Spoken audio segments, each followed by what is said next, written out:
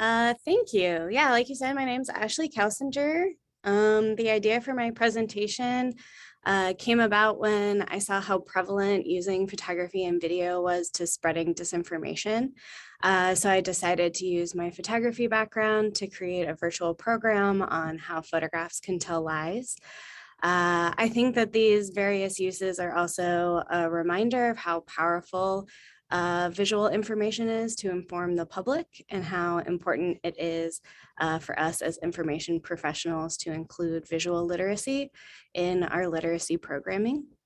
So I will be doing a screening of my virtual program, and then I'll take questions at the end along with the questions that you have from Melissa.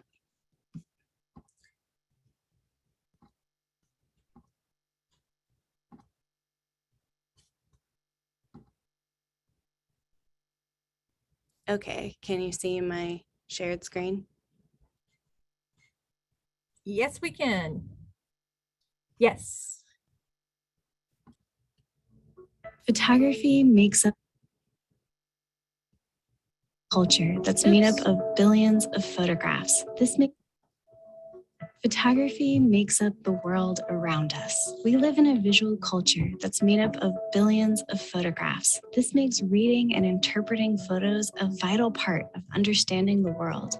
But this isn't always easy or simple to do. Photography has a long and complex history with the truth. No matter how much we may logically know that photographs can be manipulated, as humans, our brains are very persuaded by visual evidence. My name is Ashley from the Gwinnett County Public Library, and today I'm going to talk about how photographs can tell lies. A good photograph is about knowing where to stand. Is this what I sound like? I don't know. Part 1, Context. Context is everything that surrounds a piece of information and frames the meaning and interpretation of that piece of information. This includes the who, what, where, when, why, how surrounding a photograph. Altering or removing the context can change the meaning of a photograph. Change the context, change its meaning. Let's examine this with this example by Dwayne Michaels in 1973. Is this photograph true? Simple picture of a bathroom. Now, we know it's a picture of a miniature bathroom with a leg inside of it. Now it's a man standing inside of a miniature bathroom in what looks like a storefront window. Now that picture is printed in a book that's being held by a person who's walking down an alleyway. That is actually a printed framed photograph that was inside the original picture. So, what does a series of images tell us? It's the context that the images are put into that reveal how true or false they are. Context was being added when we were looking through the series of images, and context is created in many different ways. First, by the photographer themselves. The world is the larger context that every potential photograph exists within. By framing a part of the world through a photograph, the elements of context surrounding the photograph are lost when the frame is selected, like a crop of the world. Like in this example by Champu Baritone, she's bringing attention to the inherent ability that photography has to lie because we assume it's proof, visual evidence, by showing how easy it is to remove context from a situation and control the intention of the image. Hashtag Thailand, hashtag chill out, hashtag alone. While we know this is possible, visual evidence is still super compelling. And I would probably still look at that frame on Instagram and think what an amazing time she's having relaxing on that quiet beach. Which brings us to another way photographs lie. Part 2, people make them, people view them. So a photograph is just as able to lie as the person who created it is able to lie. And the personal bias of the person creating the photograph brings a subjective perspective to the photographs they create. Similarly, everyone who views photographs has various biases that change their interpretation of how they view and understand the image. So the bias and intention of the photographer is key when thinking about photographs, because a photograph is not just made by a machine, it's made by a person. People can manipulate situations just with their presence, with their personality. A person can pose a situation, move an object to a different position, or manipulate a situation to get a reaction. And most importantly, they decide what to include and what not to include in their frame. Here is a famous image by Diane Arbus that was taken in Central Park in 1962. This image was selected from this contact sheet. And this shows a bit of her process of interacting with the subject.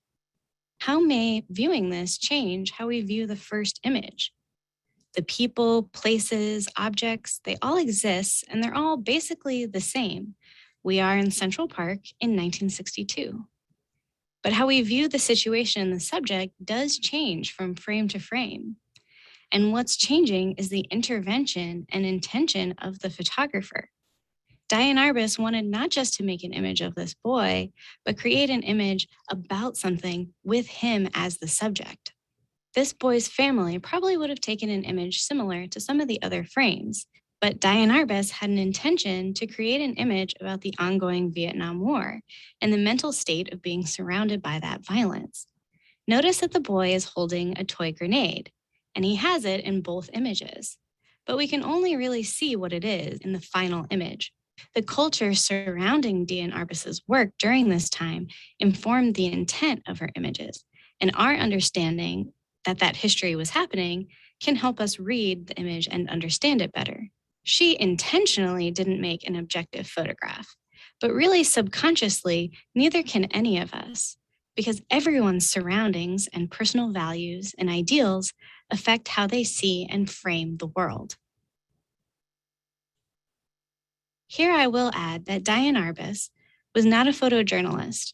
She was an artist, and her works are viewed in another type of context, museums and galleries. This means she doesn't have the same ethical responsibility to be documenting the truth because her images are art and are assumed to have artistic intention.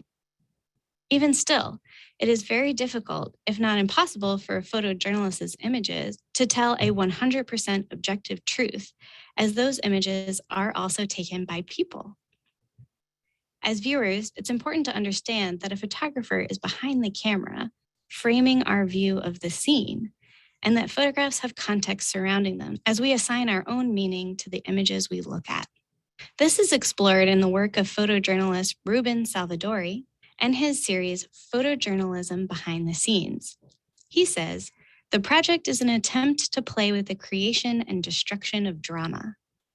He also notes that cameras do not pass unnoticed, and that a group of photographers with equipment and gas masks can influence or even instigate the actions that they're there to document.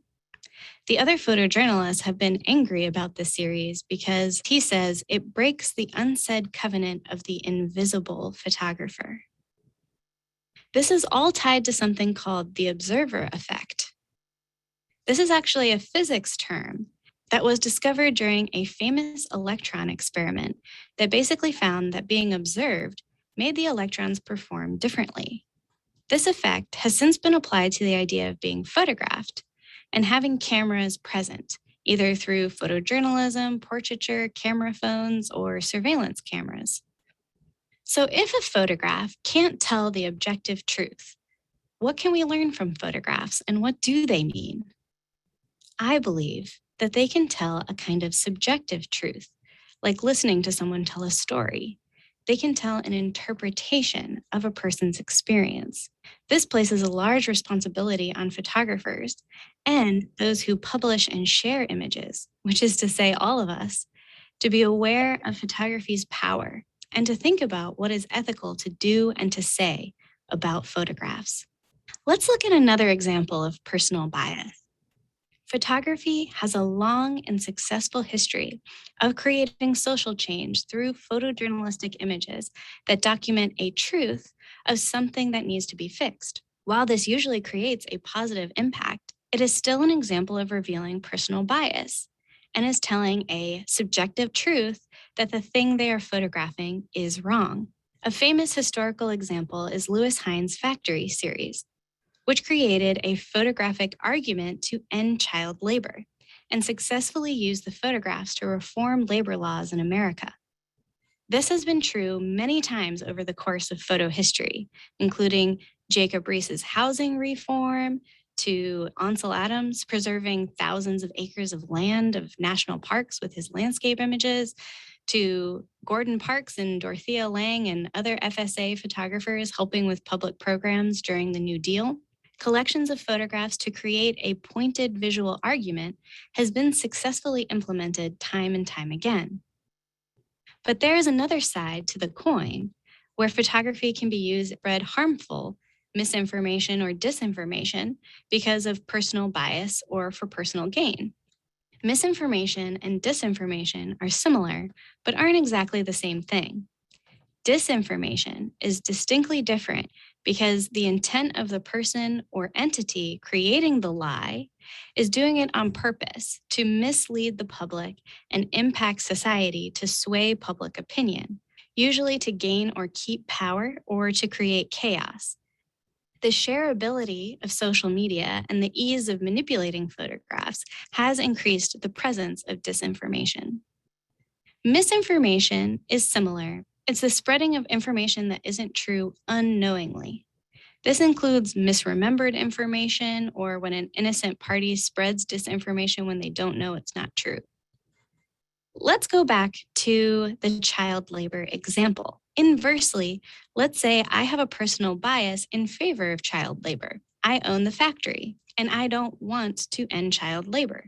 A lot of my machines have small parts that only tiny hands can fit into.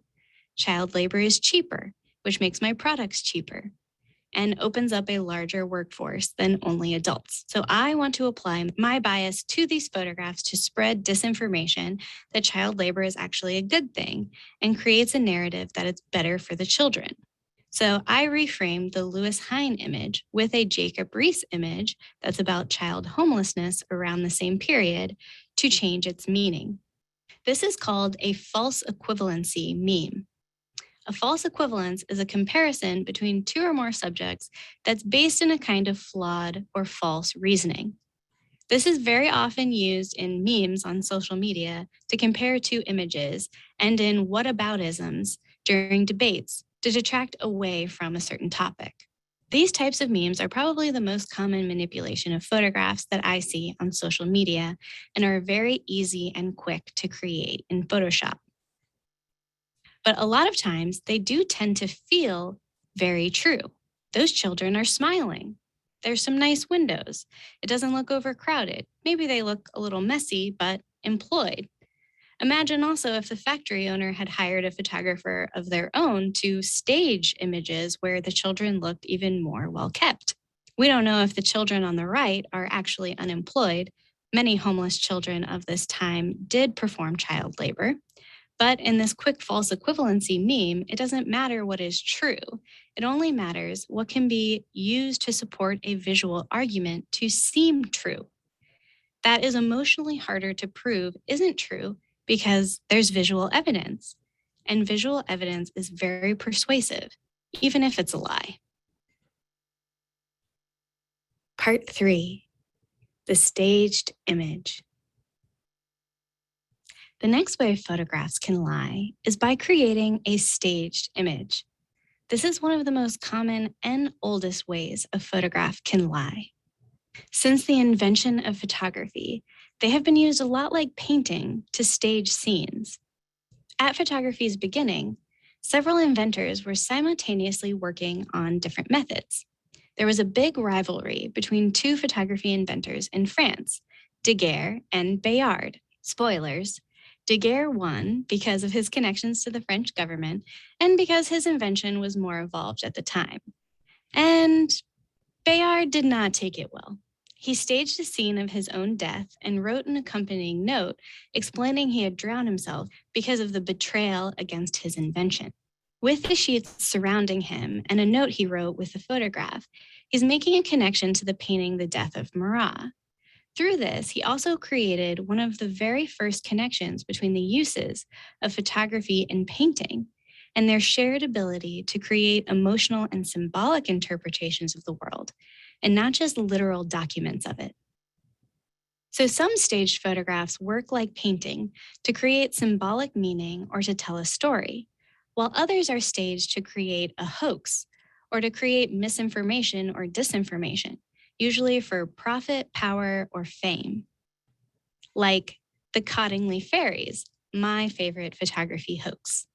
The Cottingley Fairies were captured by two young cousins, Elise Wright, who was 16, and Frances Griffiths, who was 9, in 1917 in England. The fairies first reached the public in a spiritualist magazine after a photo expert at the time said the images hadn't been manipulated, which is sort of true. The images hadn't been physically manipulated, they were staged with illustrations from a children's book. When the images appeared in the magazine, it caught the attention of spiritualist and author of Sherlock Holmes, Sir Arthur Conan Doyle, who loved the photographs and is the one responsible for really popularizing them as evidence of psychic phenomenon. For decades, the girls maintained that the photographs were real. These fairies are like totally real. Like, they're so real. So how do people believe things that are so silly? Well, in large part, it's because of something called confirmation bias, which is the human tendency to search out, interpret, and favor and remember information in a way that confirms or supports what we want to believe or what we already value. People tend to unconsciously select information that supports their views, but ignore information that doesn't support or contradicts what they already believe. Similarly, we won't want to search out and find information that proves our beliefs aren't true.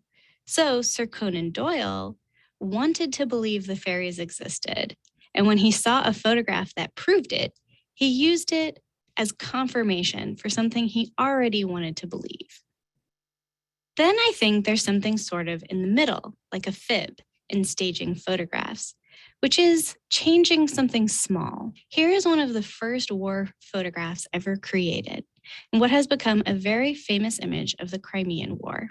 But there are two versions of this photograph, one with less cannonballs in the frame and one with more. A lot of research has been done into these photographs that confirm that the image with more cannonballs was the second photograph taken, which indicates that the photographer moved them, probably to create a more dramatic image. Today's standards of ethics for photojournalism, this would be considered very unethical. But this is literally one of the very first war photographs, and there has been an evolution of what is ethical to do when photographing war. Before photography, the only way to document a war would be through writing, drawing, and painting. Moving cannonballs that were actually on site, that is, not brought from home to create a hoax and invent a false war, is comparatively accurate. But on the other hand, we assume it's 100% true because it's a literal document of the space. So it does have a greater burden to represent reality than a painting would in this context. So I think this example shows how easy it is to manipulate a scene, and depending on what and how much you change in the scene can affect how much the image is lying. Part 4, the most obvious lie, physical manipulation. Physical manipulation is also as old as photography itself. The common belief is that modern photographs can be manipulated because of Photoshop, so historical images are more truthful because they couldn't be manipulated. But this is false. Photographs have always been able to be physically edited and manipulated. And just like modern times, many photographers use some kind of physical manipulation. One of the most famous historical examples is this photograph of Abraham Lincoln, which composites his face on the body of former Vice President John C. Calhoun. Historians believe that this composite was created after Lincoln's death because not enough heroic-looking images of him existed. Lincoln also had mostly images of his face, created so he could use them as campaign items when he was running for president. So he didn't have a lot of images of his full body. Another widespread historical example is spirit photography, which claims to capture images of ghosts and spirits. Spirit photography and the spiritualism movement met its rise in the aftermath of the Civil War in a grieving country that wanted to connect with its fallen dead. Photographers such as William Murmler and William Hope ran thriving businesses taking photographs of people with their supposed dead relatives. Both were shown to be frauds, likely creating the images through 2 exposures on a single plate, a technique that the average person at the time wouldn't have knowledge existed. But true believers, like our old friend Sir Arthur Conan Doyle, as well as the First Lady, Mary Todd Lincoln, refused to accept any proof that this was a hoax. Oh, people in the past with your ghost pictures. So silly, we'd never believe in such things today. Watch. Oh, two, oh. Deepfakes. So while throughout all of photo history, there are many examples of photographs being physically manipulated, there is a modern difference in the advancement, ease, and accessibility of technology that's made manipulation very widespread and difficult to discern. In modern terms, this is called a deepfake. Deepfakes are synthetic media, meaning that it's an invented, man-made type of media that didn't naturally exist. Deepfakes can take a person in an existing image or video and replace it with someone else's likeness, or can be animated to do or say anything. Deepfakes use powerful new techniques from machine learning and artificial intelligence to manipulate or generate images and audio with a high potential to deceive because it can look so real. Some deepfake technology has become so accessible you can download it in the App Store and anyone can use it and upload it to the internet. This is not my body. There are also shallow fakes and selective editing. These are more crude edits or tweaks to photographs or videos that aim to change something small, but by doing so, change the meaning. So, for example, did you know there was a subset in the suffragette movement that only protests for peace? And this often included not allowing women to vote for a greater good of unity. Just kidding, I made this sign in Photoshop. Selective editing also includes changing the color or contrast or adding a filter. Like in these examples of O.J. Simpson on the covers of Newsweek and Time during his murder trial. When the covers were placed side by side on newsstands, the public immediately noticed that Time's cover had darkened Simpson's skin.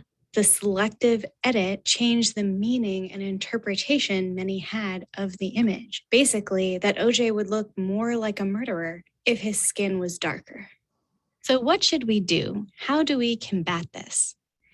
If anyone can make up anything and create an alternative reality through deep and shallow fakes, how do we know what's true? Here's some information from the International Federation of Library Associations about spotting fake news. Consider the source. Click away from the story to investigate the site, its mission, and contact info. Make sure it's a legitimate site. Read beyond.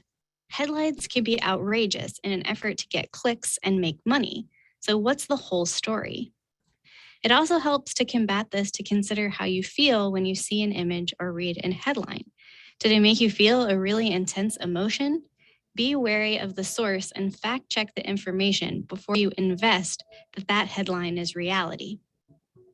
Check the author. Do a quick search of the author. Are they credible and are they even real? Supporting sources. Click on the source links to see if they're real. Determine if the information given actually supports the story that they're saying, or are they making a false equivalence?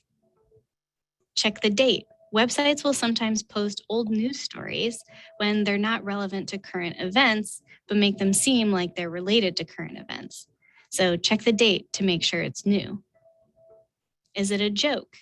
If it's really outlandish, it might be satire. So research the site and the author to make sure it's not a joke, like The Onion.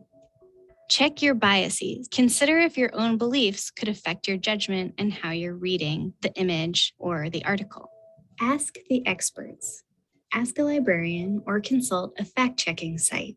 Fact-checking sites are really good resources for finding out if images or headlines are true. Here's a list of a couple of fact-checking sites that the Berkeley Library has put together. PolitiFact, factcheck.org, FlackCheck, OpenSecrets.org, FactCheck, Snopes, etc. Also notice that on these fact check sites, it will have a spectrum of truth. If something is an outright lie or hoax and nothing about it is true, if something's been taken out of context for it to not make sense anymore, and things like that. If you're seeing especially images freshly on social media, they likely will be on the homepage, or you can search a short description of the image to have it show up and see if that image is true. Thank you for joining us for How Photographs Can Tell Lies. If you have questions about how to identify deep or shallow fakes, or want help evaluating how true a photograph is, come talk to your local librarian and use the fact check sites linked in the description to help. Goodbye.